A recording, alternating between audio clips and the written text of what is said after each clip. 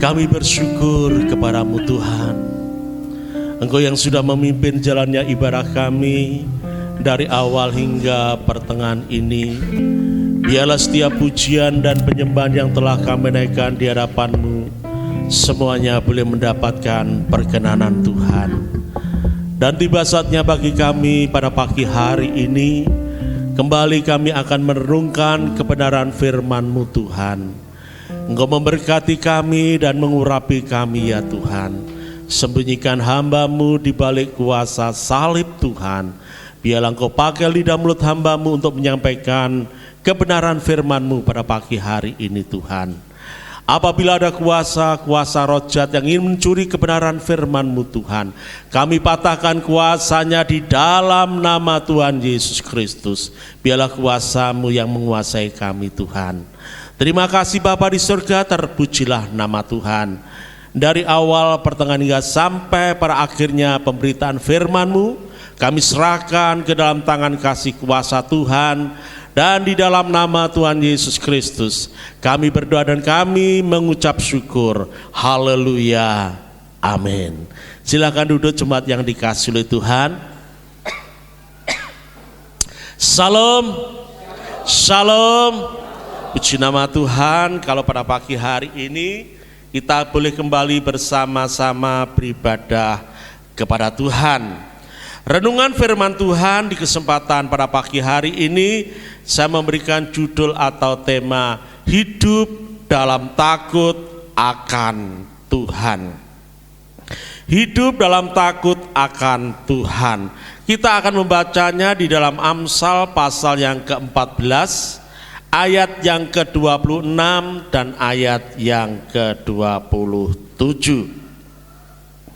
Amsal pasal 14 ayat 26 dan ayat yang ke-27. Demikianlah bunyi firman Tuhan. Dalam takut akan Tuhan ada ketentraman yang besar, bahkan ada perlindungan bagi anak-anaknya. Takut akan Tuhan adalah sumber kehidupan sehingga orang terhindar dari jerat maut. Kita tidak bisa membayangkan bagaimana sesungguhnya orang yang takut akan Tuhan. Tetapi ada satu contoh, yaitu seorang yang bernama Ayub. Dikatakan dalam Ayub 1 ayat yang pertama, ada seorang laki-laki di tanah Uz bernama Ayub. Orang itu saleh dan jujur. Ia takut akan Allah dan menjauhi kejahatan. Bapak Ibu saudara-saudaraku yang terkasih di dalam Tuhan, kebenaran firman Tuhan ini mengandung pesan moral dan spiritual yang mengarah pada pentingnya kita untuk memiliki rasa takut akan Tuhan. Dalam konteks Alkitab, bahwa takut akan Tuhan bukanlah ketakutan yang disebabkan oleh rasa ketakutan, seolah-olah Tuhan itu sebagai sosok yang menyeramkan, yang menakutkan, sehingga orang tidak berani mendekat kepada Tuhan. Maksudnya bukan seperti itu. Nah, kita akan belajar seperti apakah orang yang takut akan Tuhan. Yang pertama adalah sikap rasa hormat kepada Tuhan. Jadi orang yang takut akan Tuhan itu adalah memiliki rasa hormat kepada Tuhan. Contohnya ketika kita beribadah kepada Tuhan, ketika kita berdoa kepada Tuhan, ketika kita memuji Tuhan, ketika kita menyembah Tuhan, adakah di dalam hati kita ini rasa hormat kita kepada Tuhan? Atau ketika kita memuji Tuhan, tidak sungguh-sungguh? Kita berdoa asal-asalan. Kita memuji Tuhan apa ala kadarnya. Nah, Tuhan tidak menghendaki yang seperti itu. kita harus memiliki rasa hormat yang setinggi-tingginya kepada Tuhan. Salah satu contoh orang yang memiliki rasa hormat kepada Tuhan itu adalah seorang yang bernama Ishak. Di dalam Kejadian pasal 31 ayat yang ke-42, dikatakan demikian, seandainya Allah ayahku, Allah Abraham, dan yang disegani oleh Ishak tidak menyertai aku, tentulah engkau sekarang membiarkan aku pergi dengan tangan hampa, tetapi kesengsaraanku dan jeripayaku telah diperhatikan Allah, dan ia telah menjatuhkan putusan tadi malam. Kita mengenal Allah Abraham, Allah Ishak, Allah Yakub. Ya. Tetapi apa yang dirasakan oleh Ishak ini adalah dia memiliki keseganan. Ya. Artinya enggan. Dikatakan yangnya itu ditulis dengan huruf besar, juga disegani itu juga ditulis dengan huruf besar awalnya. Itu artinya ada satu penghormatan yang sangat luar biasa Ishak dengan Allahnya itu. Makanya ada sesuatu yang sangat mustahil dilakukan oleh manusia, di mana pada musim paceklik atau musim kemarau kalau di tempat kita ini, justru Ishak itu menabur. Pada masa musim kemarau, masa musim paceklik, tidak ada orang yang menabur. Ya. Tanahnya kering kerontang. Ya. Nah, tetapi pada waktu itu Ishak bisa menabur dan hasilnya itu berlimpah-limpah, dikatakan 100 kali lipat, bahkan dia menjadi orang yang sangat kaya raya. Itu karena apa? Karena Ishak memiliki penghormatan yang tinggi kepada Allahnya. Yang kedua, Bapak Ibu yang dikasihi oleh Tuhan,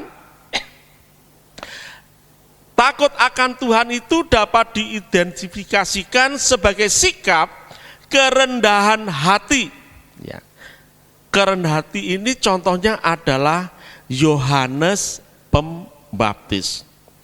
Yohanes 1 ayat 25-26 dikatakan, mereka bertanya kepadanya, katanya, mengapakah engkau membaptis jikalau engkau bukan Mesias, bukan Elia, dan bukan Nabi yang akan datang?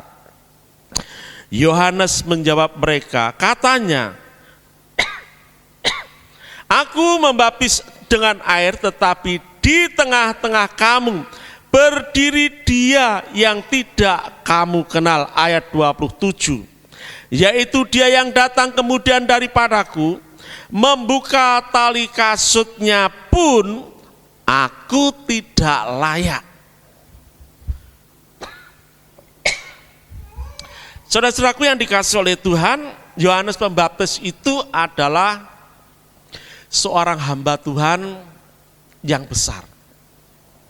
Tuhan Yesus berkata, tidak ada seorang yang dilahirkan oleh perempuan yang melebihi Yohanes Pembaptis. Artinya dia itu adalah orang yang orang yang disegani, orang yang dihormati. Tetapi Yohanes ini memiliki kerendahan hati yang sangat luar biasa.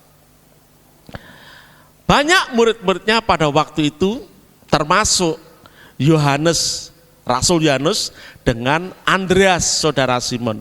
Itu dulunya muridnya Yohanes Pembaptis. Nah, saudara-saudaraku yang dikasihi oleh Tuhan, seharusnya dia bisa mengambil keuntungan.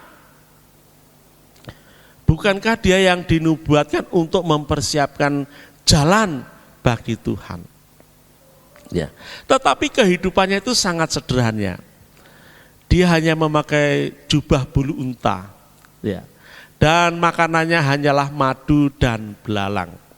Kehidupan yang sangat sederhana dari seorang yang bernama Yohanes ini. Dia bisa masuk ke istana, dia bisa bergaul dengan rakyat jelata. Ya. Dia punya pengaruh yang besar, tetapi dia tidak mempergunakan pengaruhnya itu untuk menguntungkan dirinya sendiri. Karena dia tahu dia yang akan datang daripadanya itu akan lebih besar.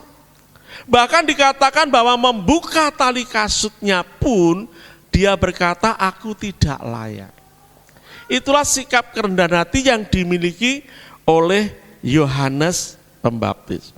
Yang ketiga adalah sikap taat kepada kehendak Tuhan.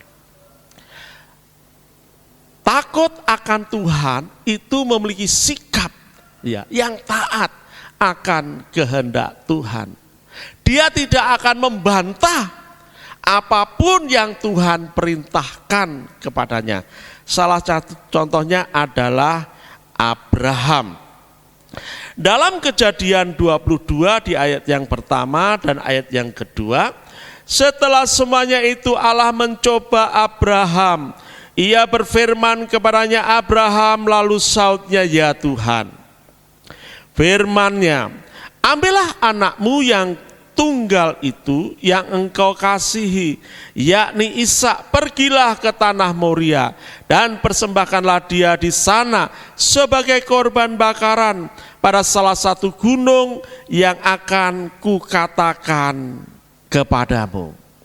Bapak Ibu saudara-saudaraku yang dikasihi oleh Tuhan, sebagai seorang bapa, sebagai seorang ayah, tentu akan merasa sangat kehilangan apabila anak yang telah dijanjikan selama 25 tahun dinanti-nantikan baru diberikan, harus dipersembahkan kepada Tuhan. Ya. Orang tua mana yang akan tegel, yang akan tega melihat anaknya akan dikorbankan, bahwa dia sendiri juga yang nanti yang akan mengorbankannya.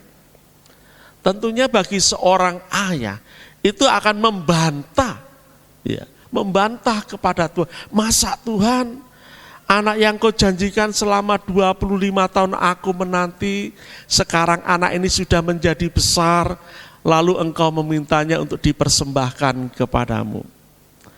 Tetapi bagi Abraham, karena dia taat akan kehendak Tuhan, dia berpikir bahwa Allah sanggup menghidupkan sekalipun orang itu sudah meninggal. Imannya yang teguh ini, maka Abraham melaksanakan apa yang diperintahkan oleh Tuhan. Dan kita tahu ceritanya selanjutnya, Ishak tidak jadi dikorbankan karena telah diganti dengan domba. Nah, Bapak Ibu saudara-saudaraku yang dikasihi oleh Tuhan, dalam konteks Alkitab secara keseluruhan, ajaran tentang takut akan Tuhan seringkali ditemukan sebagai dasar dari kehidupan yang berarti dan bermakna. Ya, dasar kita takut akan Tuhan itu mengandung pengertian dan makna yang sungguh sangat luar biasa di dalam kehidupan kita. Ya. Kalau kita kembali lagi dalam Amsal pasal yang ke-14 ayat 26 dan ayat yang ke-27. Dalam takut akan Tuhan ada ketentraman yang besar, bahkan ada perlindungan bagi anak-anaknya. Takut akan Tuhan adalah sumber kehidupan, sehingga orang terhindar dari jerak maut. Kebenaran firman Tuhan ini menegaskan kepada kita, ketika kita memiliki sikap rasa hormat, sikap kerendahan hati, dan sikap ketaatan kepada Tuhan, maka kita akan mengalami 3 hal. Yang pertama adalah kita akan mengalami ketentraman yang besar. Bapak Ibu saudara-saudaraku yang dikasihi oleh Tuhan, situasi dan keadaan sekarang ini sulit untuk memungkinkan orang itu mengalami damai sejahtera di dalam hidupnya. Ya, ketenangan di dalam hidupnya. Karena memang situasi dan kondisi yang tidak baik. Ya. Tetapi bagi kita, orang yang memiliki rasa takut akan Tuhan itu, Tuhan tetap memberikan ketentraman di dalam kehidupan kita. Ya. Kadang-kadang tidak disangka-sangka, tiba saja terjadi sewaktu-waktu. Ya. Namun bagi kita, orang yang dekat dengan Tuhan, selalu ada ketentraman, ada kedamaian, ada ketenangan di dalam dirinya. Nah, di dalam Yesaya pasal 26, ayat yang ketiga, firman Tuhan dikatakan demikian. Yang hatinya teguh, kau jagai dengan damai sejahtera, sebab kepadamulah ia percaya. Orang yang memiliki rasa takut akan Tuhan, ya, Tuhan senantiasa memberikan kesejahteraan, kedamaian, ketenangan. Nah, itu tidak tergantung dari situasi dan kondisi yang ada.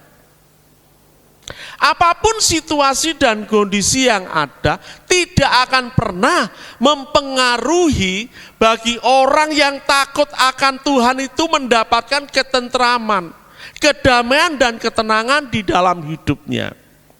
Ya. Ada sebuah kisah, ya ceritalah. Ada burung yang kecil, dia tinggal di gowok Bukit Batu. Ya. Sekalipun ada badai pasir, badai apapun, dia akan tetap tinggal tenang di gowok batu itu. Karena apa? Dia percaya bahwa gowok batu itu tidak akan pernah terhempaskan sekalipun badai itu besar melanda batu itu. Dia percaya, makanya dia tetap tenang di situ. Demikian juga kita yang dekat dengan Tuhan, Allah yang berkuasa itu tentu saja tidak akan pernah membiarkan kita mengalami ketakutan, kecemasan di dalam kehidupan kita. Sekalipun situasi di luar itu mungkin membuat banyak orang mengalami kecemasan, ketakutan dan lain sebagainya. Tetapi bagi kita yang dekat dengan Tuhan, senantiasa ada ketentraman dan kedamaian. Yang kedua, Bapak Ibu Saudaraku yang dikasihi oleh Tuhan, adalah dalam takut akan Tuhan kita akan mengalami perlindungan Tuhan. Kembali dalam Amsal 14 di ayat yang ke-26, dalam takut akan Tuhan ada ketentraman yang besar, bahkan ada perlindungan bagi anak-anaknya. Tuhan tidak akan pernah membiarkan anak-anaknya itu mengalami yang namanya celaka, yang mengalami yang namanya maut dan sebagainya. Pasti Tuhan akan memberikan perlindungan seperti biji mata Tuhan. Ya. Kalau kita ada pas lewat, ada angin yang kencang, biasanya debu kan ikut berterbangan. Tentu kita akan melindungi mata kita. Jangan sampai debu itu masuk ke mata kita. Demikian juga dengan Tuhan kita. Ya. Kita dianggap sebagai biji mata Tuhan. Ya. Dikatakan dalam Mazmur 94 ayat 22. Tetapi Tuhan adalah kota bentengku dan Allahku, adalah gunung batu perlindunganku. Dikatakan bahwa Tuhan itu seperti kota benteng. Mungkin kita masih ingat cerita tentang tembok Yeriko. Ya. Tembok Yeriko itu tingginya itu 16 meter. Lebarnya itu 6 meter. Ya, jadi sangat tinggi dan sangat tebal lah. Kalau Bapak Ibu pernah ke Lumpur Lapindo, ya itu tingginya cuma 10 meter ya. Karena kelihatan pendek itu karena naik begini saudaraku, jadi kelihatan pendek. Itu aslinya itu tinggi itu saudaraku. Nah lebarnya itu truk dam 2 itu bisa simpangan, truk dam itu bisa putar balik. Ya, itu karena tebalnya tembok itu. Nah itu pun kadang-kadang kalau pas musim musim penghujan, ya kalau curah hujannya lebat itu bisa ambrol beberapa kali pada waktu itu. Nah, kemudian saya ini sempat berpikir baru-baru ini kan di mana-mana tempat kan sudah ada hujan, ada banjir bandang di mana-mana. Tetapi khusus untuk Kabupaten Pasuruan, Sidoarjo dan Mojokerto, saya tuh heran di mana-mana tuh sudah banjir bandang. Tetapi ketika kabupaten ini tenang saja, tidak ada hujan, sampai orang-orang tuh bilang, ya mungkin hujannya itu dialihkan di tempat yang lain supaya tanggul-tanggul yang ada di Lumpur Lapindo itu tidak jebol begitu. Nah, ternyata setelah ketiga kabupaten ini ada hujan, itu sangat menyusahkan saudaraku. Kalau saya lihat rumahnya Ibu Gembala sampai bocor, tidak karu-karuan itu, wah, sampai apa tuh depannya itu banjirnya kayak seperti itu. Ya, tempo hari kami mau ngelayat di Pasuruan saja harus diberitahu sama Bu Marta kalau tidak bisa dilewati jalannya karena banjir gitu. Kami harus lewat tol gitu. Nah, Bapak Ibu yang dikasih oleh Tuhan, Tuhan itu senantiasa melindungi dan menaungi kita. Orang yang memiliki rasa takut akan Tuhan itu akan senantiasa dilindungi oleh Tuhan. Ya. Nah, terbukti bahwa sekalipun di luar keadaannya tidak baik, tetapi hari ini kita boleh ada sebagaimana kita ada. Kita boleh datang beribadah kepada Tuhan dalam keadaan sehat, ya, semuanya juga karena perlindungan Tuhan, saudaraku. Nah, Bapak Ibu saudara-saudaraku yang dikasihi oleh Tuhan, jadi mari kita memiliki rasa kedekatan kita dengan Tuhan. Tuhan senantiasa melindungi dan menaungi kita. Dikatakan dia seperti benteng, ya. Dia seperti benteng yang kuat. Dia dikatakan seperti gunung batu. Ya. Jadi perlindungan Tuhan itu senantiasa nyata di dalam kehidupan kita.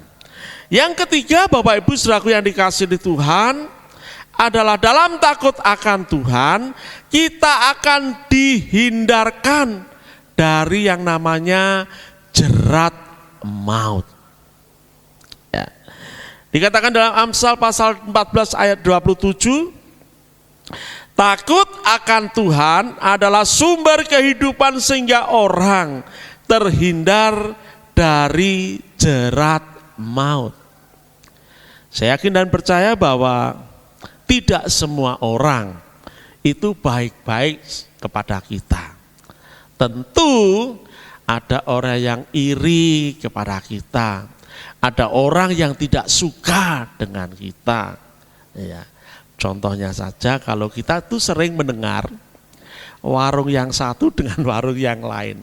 Sama-sama jualan soto, ya, tetapi yang sini kok laris, yang sini kok enggak laris gitu, saudaraku.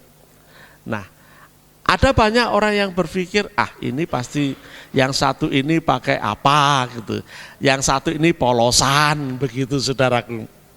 Nah, tetapi bagi kita yang mendengarkan kebenaran firman Tuhan pada pagi hari ini, mau saya sampaikan bahwa ketika kita tetap memiliki rasa takut akan Tuhan, maka kita akan dihindarkan yang namanya dari jerat maut. Ya.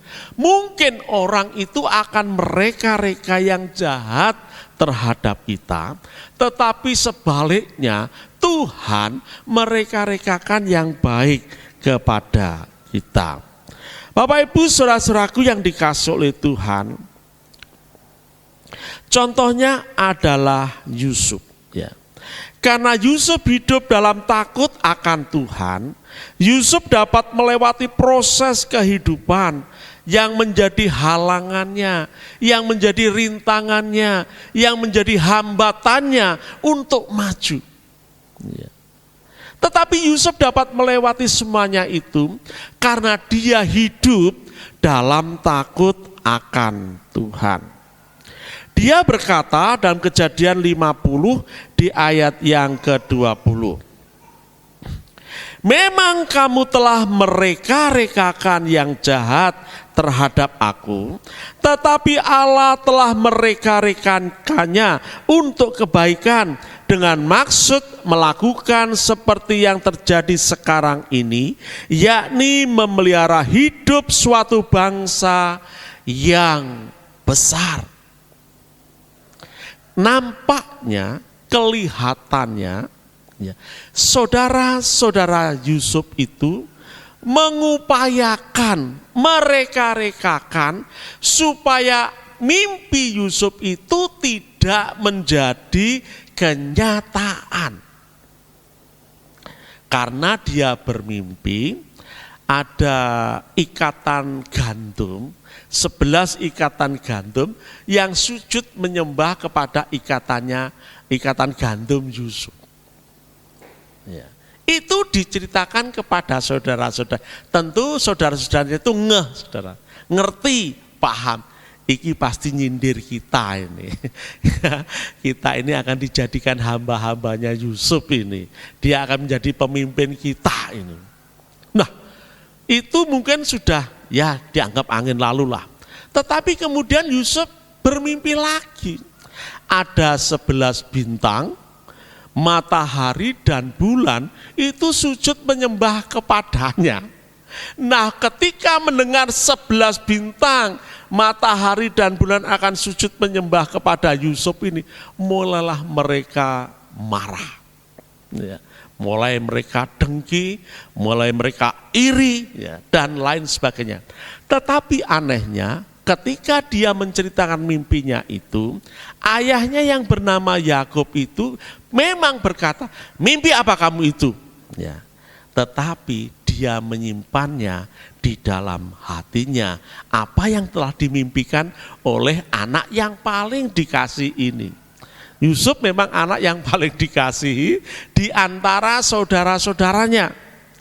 Kalau Yakub mungkin memberikan pakaian yang biasa-biasa saja, tetapi untuk Yusuf beda. Kain lenan, kain ungu yang mahal-mahal. Itu yang diberikan kepada Yusuf. Sehingga membuat hati saudara-saudaranya itu semakin iri dan dengki kepada Yusuf. Suatu ketika, ayahnya berkata kepada Yusuf untuk menengok ya saudara-saudaranya yang sedang mengembalakan kambing domba ayahnya. Dibekalilah dia dengan makanan dan lain sebagainya, ditemuilah saudara-saudaranya. Karena sudah ada rasa kejengkelan, ada rasa kemarahan, ya, mereka bermufakat ingin membunuh Yusuf. Ya, tetapi Ruben berkata, jangan, gimana-gimana, itu tetap saudara kita. Kita masukkan sumur saja. Ya. Dia punya maksud dan rencana, nanti kalau saudara-saudaranya semuanya pergi, dia akan ambil itu Yusuf. Ya. Nah, ketika ada pedagang lewat, maka Yehuda itu punya usul. Bagaimana kalau adik kita itu kita jual saja. Maksudnya biarlah Yusuf itu tetap hidup, ya, jangan sampai dibunuh. Memang kedua saudaranya ini baik hatinya, masih baik hatinya, sekalipun mungkin punya kemarahan, punya kejengkelan. Gitu. Nah, Yusuf harus melewati proses itu, saudaraku. Kalau dia menjadi seorang budak, mana mungkin dia akan menjadi seorang pemimpin? Kalau dia dimasukkan ke dalam penjara sebagai narapidana, mana mungkin dia akan menjadi seorang pemimpin? Tetapi karena Yusuf hidup dalam takut akan Tuhan, punya sikap hormat kepada Tuhan, punya kerendahan hati di hadapan Tuhan, dan tetap taat kepada Tuhan, maka Tuhan itu bisa mengubahkan segala sesuatu yang nampaknya buruk itu menjadi sebuah kebaikan.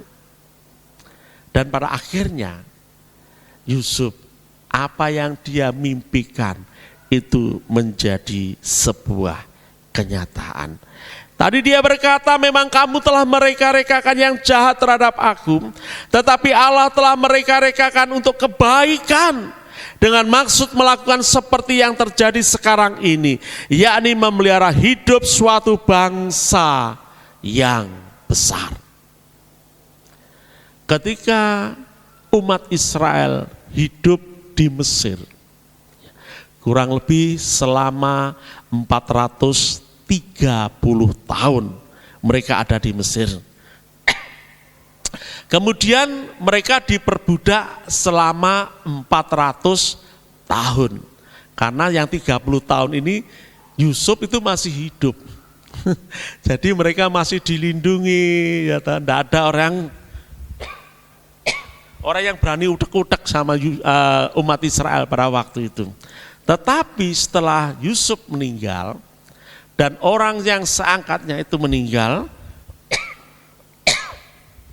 maka umat Israel itu mulai diperbudak selama 400 tahun. Nah, saudara-saudaraku yang dikasihi oleh Tuhan, selama 400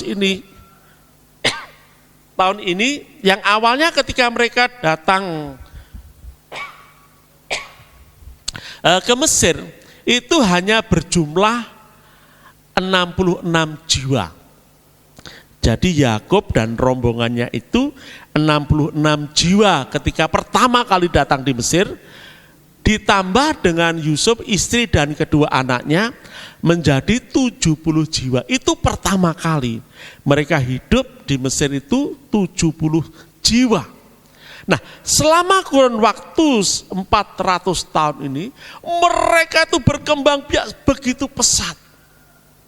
Sehingga jumlah mereka itu diperkirakan sekitar 2 juta jiwa. Sementara penduduk Mesir itu tidak melebihi dari jumlah orang Ibrani ini, saudara. Makanya mereka ketakutan. Jangan-jangan nanti kalau ada musuh menyerang Mesir, orang Ibrani atau orang Israel ini membantu mereka, maka kita akan mudah dikalahkan. Maka ditekanlah mereka menjadi budak rodi. Tetapi semakin ditekan mereka, perkembangan itu semakin pesat saja. Mereka menjadi putus asa, maka diundang-undangkan kalau ada anak orang Ibrani atau orang Israel yang laki-laki harus dibunuh. Itu untuk mengurangi laju pertumbuhan mereka. Tetapi Allah itu luar biasa. Ada yang nyangkut, yaitu Musa yang lolos. Ya. Bahkan dijadikan sebagai putri Fir'aun. Nah, Bapak Ibu saudara-saudaraku yang dikasihi oleh Tuhan, oleh karenanya betapa pentingnya untuk kita memahami makna dari takut akan Tuhan dengan benar dan menerapkan dalam konteks kehidupan sehari-hari. Dengan demikian bisa membawa pemahaman yang lebih dalam tentang bagaimana kita bisa hidup dengan tujuan, integritas, dan gaya hidup yang benar dalam takut akan Tuhan. Jadi orang yang takut akan Tuhan itu tidak takut melihat sosok Tuhan yang menyeramkan, yang menakutkan, itu bukan. Orang yang takut akan Tuhan itu harus yang pertama memiliki rasa hormat. Yang kedua memiliki kerendahan hati. Yang ketiga kita harus taat akan kehendak Tuhan. Itulah yang dinamakan takut akan Tuhan. Jadi pentingnya kita memiliki rasa takut akan Tuhan supaya kita mendapatkan ketentraman di dalam kehidupan kita. Kita mendapatkan perlindungan, ya. Dan yang ketiga, kita dihindarkan dari jerat maut. Kiranya kebenaran firman Tuhan di kesempatan pada pagi hari ini boleh membawa kita memiliki rasa takut akan Tuhan, pemahaman yang benar, sehingga hidup kita boleh senantiasa dipelihara oleh Tuhan, tidak bergantung pada situasi dan kondisi yang terjadi di sekitar kita.